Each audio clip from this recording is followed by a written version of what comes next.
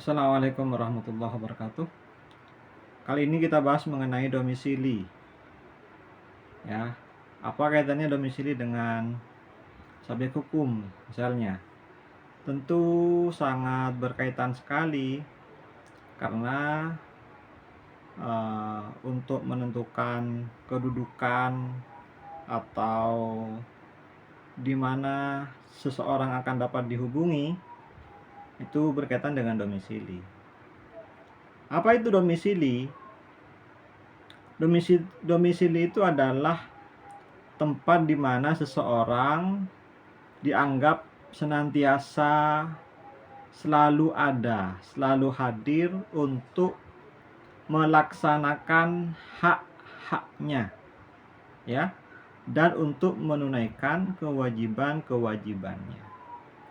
Dan juga domisili itu dibutuhkan apabila suatu waktu ia benar-benar tidak ada atau tidak hadir di tempat itu. Itu maksud dari domisili. Ya. Dalam hukum perdata, domisili diatur dalam pasal 17 sampai pasal 25 KUH Perdata, Kitab Undang-Undang Hukum Perdata. Kaitannya dengan subjek hukum, maka seperti yang saya sampaikan tadi, domisili itu berkaitan dengan tempat seseorang, kaitannya dalam hal membangun hubungan hukum, ya. Artinya ketika ada suatu hubungan pertalian hak dan kewajiban antara seseorang dengan seorang lainnya. Jangan hanya dimaknakan seseorang dalam arti orang manusia saja, ya. Tapi kalau menjumpai istilah seseorang berarti ya kaitannya juga dengan badan hukum. Maknanya setidaknya harus pada dua subjek hukum itu seseorang itu, ya. Dalam arti seperti halnya manusia, juga dalam arti badan hukum atau korporasi. Itu subjek hukum. Kaitannya dengan domisili nanti bahwa subjek hukum itu harus jelas kediaman atau kedudukannya, kaitannya dengan hak-hak yang akan diterima dan juga kewajiban-kewajiban yang harus dilakukan. Lalu apa tujuan adanya domisili seperti yang tadi itu? Ya, dalam rangka mempermudah bagaimana para pihak untuk menghubungi nanti. Jika suami istri, tentu para pihak akan mudah mengetahui, mudah mengidentifikasi kalau ada hubungan suami istri, di mana tempat kediaman yang akan dijadikan tempat para pihak melakukan hubungan hukum. Kalau itu berkaitan dengan pihak lain karena ada perjanjian, tentu para pihak akan mudah untuk melakukan hubungan hukum, untuk melakukan kontak, ya, dan lain sebagainya dengan pihak yang melakukan hubungan hukum tadi itu, perjanjian, jual beli, sewa menyewa, dan lain sebagainya. Itu tujuan dari domisili. Lalu apa pentingnya domisili berkaitan dengan hukum perdata kita? Domisili tidak hanya ada kaitannya dengan hukum perdata, ya. Jadi domisili juga ada kaitannya dengan hukum publik, ya. Tentu masih berkaitan dengan keperdataan pula tentunya, dan juga ya berkaitan dengan aspek yang menjadi sasaran dari negara. Arti pentingnya domisili itu satu, dalam rangka pemenuhan hak dan kewajiban, bahwa tidak lepas setiap orang, baik sebagai manusia atau sebagai korporasi, punya hak dan kewajiban yang timbul dengan pihak lain. Kalau suami istri tentu punya hak dan kewajiban. Kalau orang tua dengan anak ada hak dan kewajiban pula.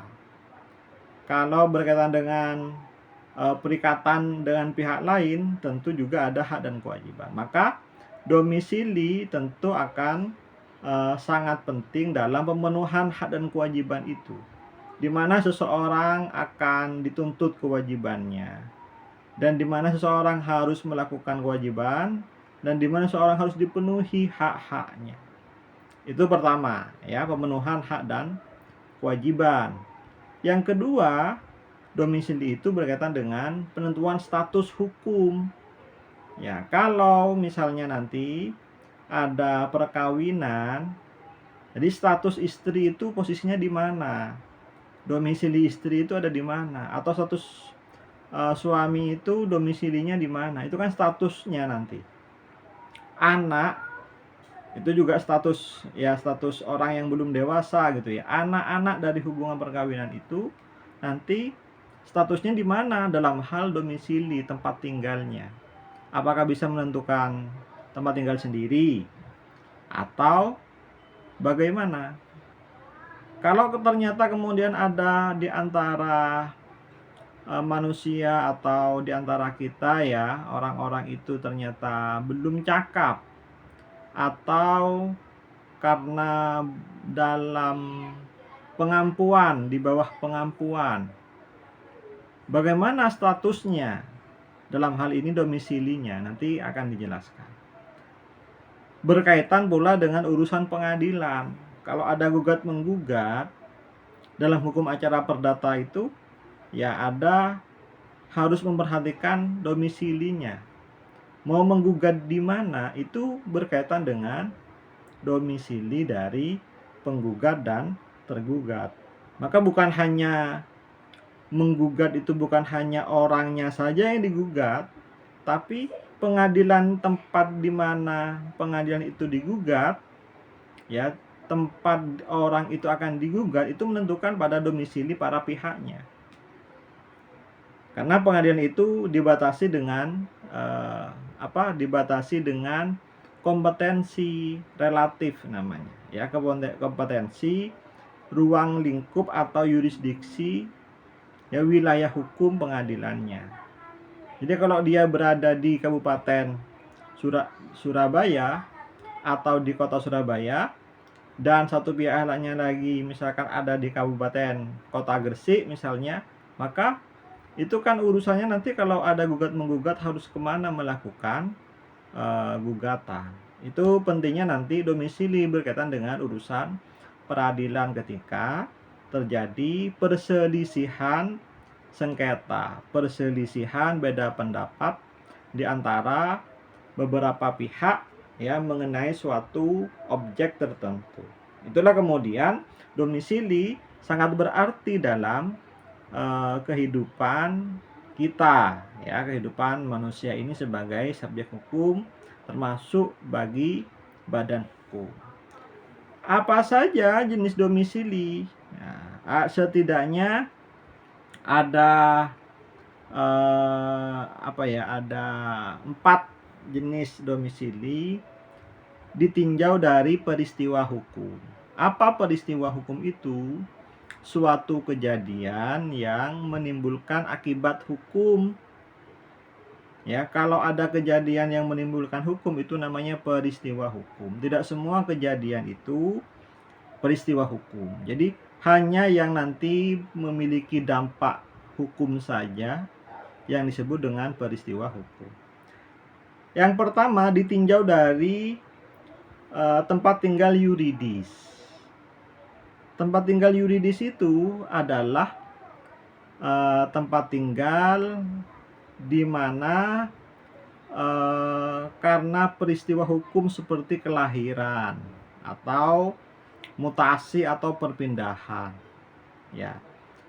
Kalau seorang itu lahir, ya, di suatu kabupaten tertentu, maka, ya, domisilinya, ya kabupaten itu nanti dibuktikan dengan kartu tanda penduduk atau paspor, ya. Kalau badan hukum itu dibuktikan dengan akta pendirian badan hukumnya, akta pendirian yayasan, akta pendirian perkumpulan, dan lain sebagainya. Di dalamnya tercantum tempat kedudukan dari organisasi itu, ya. Kalau kaitannya dengan kewarganegaraan, maka sangat berarti sekali. Indonesia yang menganut tempat kelahiran, maka orang yang lahir di Indonesia berhak untuk menjadi warga negara Indonesia. Kan begitu? Karena Indonesia juga menganut, salah satunya ada asas tempat kelahiran. Nah, kaitannya dengan peristiwa hukum kelahiran tadi itu, maka orang yang lahir di di suatu tempat tertentu itu ya menentukan status domisilinya, karena tidak akan jauh juga kan dari status orang tuanya. Itu namanya tempat tinggal yuridis dan dibuktikan dengan administrasi yang diterbitkan oleh pemerintah. Karena bagaimanapun yang menentukan administrasi pemerintahan itu, yang menentukan KTP itu, kartu keluarga dan semacamnya, ya pemerintah. Itu misalnya tercantum dalam pasal 17 ya KUH Perdata. Setiap orang dianggap bertempat tinggal di tempat yang dijadikan pusat kediamannya. Bila tidak ada tempat kediaman yang demikian, maka tempat kediaman yang sungguhnya dianggap sebagai tempat tinggalnya. Maka tempat tinggal itu kan orang lahir kan tidak lepas dari tempat tinggalnya. Ketika dia tempat tinggalnya di situ, maka disitulah kemudian sebagai tempat tinggal domisilinya, ya, tempat kedudukan untuk melakukan hubungan hukum. Itu tempat tinggal yuridis. Ada namanya tempat tinggal nyata. Bisa saja orang secara administratif tadi itu saja kependudukan berada di suatu wilayah tertentu, tapi bisa saja seseorang itu tidak mendiami tempat itu. Ya, secara administratif misalkan. Sekarang orang Madura misalnya banyak tinggal di Jakarta dalam rangka bekerja. Gitu ya. Tapi secara administratif tetap beralamat Madura, Pamekasan, Sumenep, Sampang, Bangkalan gitu. Atau ya sebaliknya, orang Jawa misalkan administratifnya di Jawa tapi bekerja merantau kemana, misalnya ke Madura salah satunya. Maka perantauan tadi itu namanya tempat tinggal nyata. Apa tempat tinggal nyata itu? Terjadi karena peristiwa hukum kehadiran seseorang di suatu tempat sesungguhnya dibuktikan dengan kehadirannya di tempat tersebut, tetapi hanya untuk keperluan tertentu yang bersifat sementara. Tapi walaupun hanya bersifat sementara secara administratif tetap sesuai dengan yang yuridis, tapi bagaimanapun ketika seorang berada di situ, ya dia juga bisa melakukan aktivitas hubungan hukum apapun dan masih dibenarkan. Dan ya, hubungan hukum yang terjadi di tempat tinggal nyata yang sesungguhnya tadi itu masih mungkin dapat dijadikan sebagai domisili juga, masih dibenarkan juga. Nggak harus misalkan ketika hubungan hukum tertentu masih tetap menggunakan hubungan hukum dengan domisili yuridisnya, masih mungkin juga menggunakan, ya karena sehari-hari misalkan dia berada di situ, ya itu juga disebut sebagai domisili. Ya. Itu pasal 20 KUH Perdata. Mereka yang ditugaskan untuk menjalankan dinas umum dianggap bertempat tinggal di tempat mereka melaksanakan dinas. Tapi ini tidak hanya dapat dimaknai pendek atau dalam arti sempit, ya kedinasan dalam arti pemerintahan, enggak juga. Jadi hal-hal yang dimana mereka melakukan tugas sehari-hari pekerjaannya, yaitu juga sebagai tempat domisili. Oke. Ada tempat tinggal pilihan, ya ini jenis domisili yang ketiga, tempat tinggal pilihan. terjadi karena peristiwa hukum perbuatan perjanjian, dan tempat tinggal itu dipilih oleh beberapa pihak yang membuat perjanjian, dibuktikan dengan akta otentik, biasanya berkaitan yurisdiksi pengadilan. Kadang kalau orang melakukan suatu perjanjian tertentu gitu ya, menunjukkan sebagai domisili itu tidak sekedar pada alamat tempat tinggal yang sebenarnya tadi itu, baik yang nyata atau yang yuridis, tapi kadang memilih wilayah hukum pengadilan sebagai domisili. Atau misalnya nanti kalau terjadi perselisihan maka memilih peradilan sebagai solusi penyelesaian perselisihan, maka itu namanya tempat tinggal pilihan. Dan itu masih boleh juga dipergunakan dalam pengaturan domisili. Hal itu diatur dalam pasal 24. Dalam suatu akta dan terhadap suatu soal tertentu, kedua belah pihak atau salah satu pihak bebas untuk memilih tempat tinggal yang lain daripada tempat tinggal yang sebenarnya.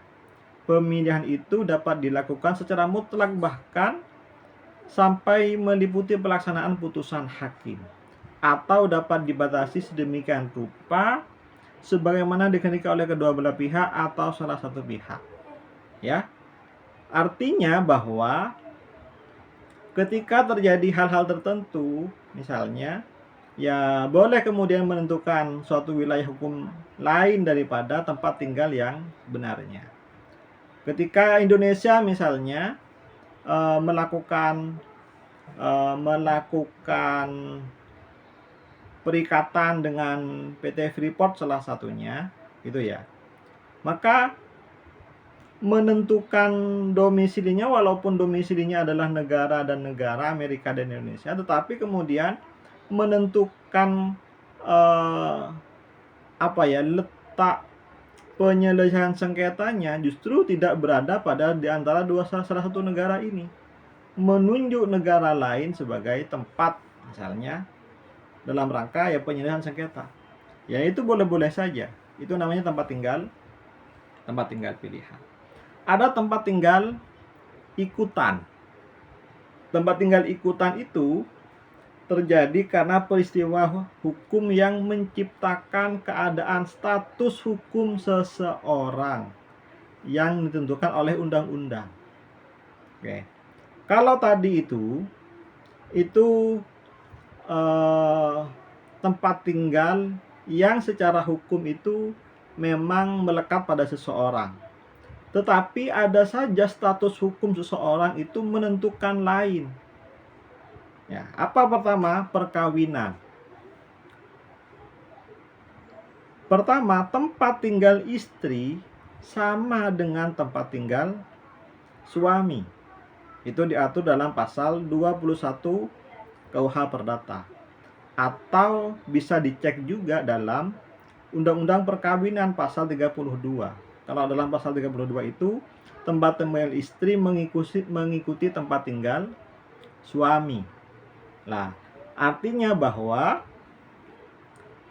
ada satu domisili yang terikat dengan domisili pihak lainnya karena alasannya perkawinan. Kalau seseorang suami istri beda desa misalnya, beda kecamatan, beda kabupaten, beda provinsi, maka ketika terjadi perkawinan, domisili yang diperhitungkan adalah domisili kemudian mana domisili yang ditentukan. Kalau ikut suami misalnya karena ada daerah yang mengikuti patrilineal misalkan, mengikuti rumah suami. Ketika yang memang ada kan di Madura misalkan suami ikut istri, maka ketika menentukan bahwa sudah mengikuti rumah istri, tapi identitasnya kemudian harus menjadi satu, maka ketika terjadi perkawinan, domisilinya domisili satu, yaitu di mana dia tinggal yang sebenarnya tadi itu. Oke. Ada yang karena kelahiran.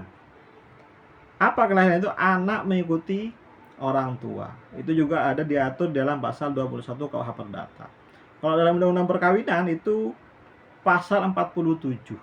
Ya, Undang-Undang Nomor 1 Tahun 74 tentang perkawinan. Bagaimanapun anak ya mengikuti tempat tinggal orang tua. Kecuali memang ada diatur nanti itu. Kecuali memang kalau anak kalau tempat tinggal orang tuanya misalkan berbeda, nanti akan diberi pilihan. Anak akan mengikuti domisili yang mana, gitu ya. Ada karena pengampuan, karena seorang tidak cakap melakukan perbuatan hukum, orang yang di bawah pengampuan nanti akan dijelaskan dalam materi lain ya. Orang yang di bawah pengampuan mengikuti domisili pengampunya, orang yang mengampunya, orang yang menjadi walinya. Itu dalam pasal 21 KUH Perdata, junto pasal 50 Undang-Undang Perkawinan. Siapa yang menjadi wali, gitu ya, atau orang yang menjadi pengampu dari orang yang di bawah pengampuan, maka ya contohnya pengampuan itu misalkan orang gila ya, orang dengan gangguan jiwa. Dia kan tidak bisa melakukan perbuatan hukum sendiri. Ya apalagi memang kalau dia sampai jalan-jalan keliling kemana-mana gitu kan ya.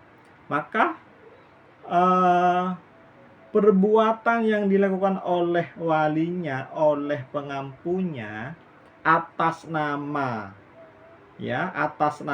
orang yang di bawah pengampuan itu yang menggunakan domisili pengampunya. Yang keempat, tempat tinggal ikutan itu namanya buruh atau pekerja yang ikut majikan. Maka buruh yang bekerja ikut majikan itu ya domisilinya ikut majikannya. Di mana rumah majikan yaitu sebagai domisilinya si buruh pekerja ini. Banyak kan misalnya orang merantau bekerja pada seseorang menjadi majikan, maka dia karena menjadi pekerja, dia melakukan hubungan hukum dengan seseorang, maka karena dia sebagai pekerja, dia domisilinya ya menggunakan alamat majikannya. Hal itu bisa berubah tergantung tadi itu ya, perkawinan, istri, anak, orang yang diampu, atau buruh itu bisa berubah sesuai status hukumnya. Kalau sudah nggak bekerja lagi, maka dia merdeka, ya dia bisa menentukan domisilinya sendiri lagi. Buruh tadi itu Pak diatur dalam pasal 22 KUH Perdata. Ya. Ada tempat tinggal akhir. Apa tempat tinggal akhir itu? Pasal 23 KUH Perdata. Yaitu terjadi karena peristiwa kematian. Yaitu tempat di mana orang tersebut meninggal dunia. Kaitannya dengan warisan, nanti ya objek-objek warisan, maka mengikuti ya di mana tempat tinggal terakhir orang yang meninggal itu, atau tempat di mana objek harta warisan itu berada. Itu jenis-jenis domisili dalam KUH Perdata. Berkaitan dengan hak dan kewajiban hukum ya, berkaitan dengan tempat tinggal itu, bahwa ketika seorang menentukan domisili itu akan bertalian dengan hukum publik misalnya. Apa? Dalam hal pemilihan umum, kan harus menentukan di mana akan nyoblos. Tentu akan bisa menggunakan secara yuridis, bisa menggunakan tempat tinggal nyata. Barangkali ini mudah dipahami ketika ada undangan pencoblosan. Jadi diundang sesuai dengan administratifnya. Kalau dia orang desa misalkan ya, desa Talang ya, kemudian dia akan diundang di desa Talang. Kalau kemudian dia tidak berada di desa Talang, berada di tempat lain, Undang-Undang Pemilu kita menentukan bahwa dia dapat mencoblos di tempat dia berada saat itu dengan menunjukkan nomor identitas kependudukan misalnya. Oke, itu. Itu berkaitan dengan hukum publik. Domisili berkaitan dengan hukum publik. Berkaitan pula dalam hukum publik itu dengan PBB, pajak bumi dan bangunan. Di mana objeknya berada, ya tentu itu akan menjadi domisili. Ya, karena bumi dan bangunan itu dibayar berdasarkan domisili objeknya, atau pajak motor. Ya, karena berbasis kabupaten kota, pajak itu ya tentu di mana kendaraan itu diafiliasikan, didaftarkan, tentu itu akan menjadi domisilinya. Dalam hal perdata, ya objek dalam hal perdata ya tentu kaitannya dengan pembiayaan. Ya, misalnya seorang sedang mengajukan pembiayaan di suatu perbankan, maka domisilinya ya di mana lembaga kreditor itu berada. Karena itu secara undang-undang ditentukan sebagai objek atau letak domisili untuk melakukan perikatan. Itu materi berkaitan dengan domisili, semoga mudah dipahami dan bermanfaat bagi kita semua.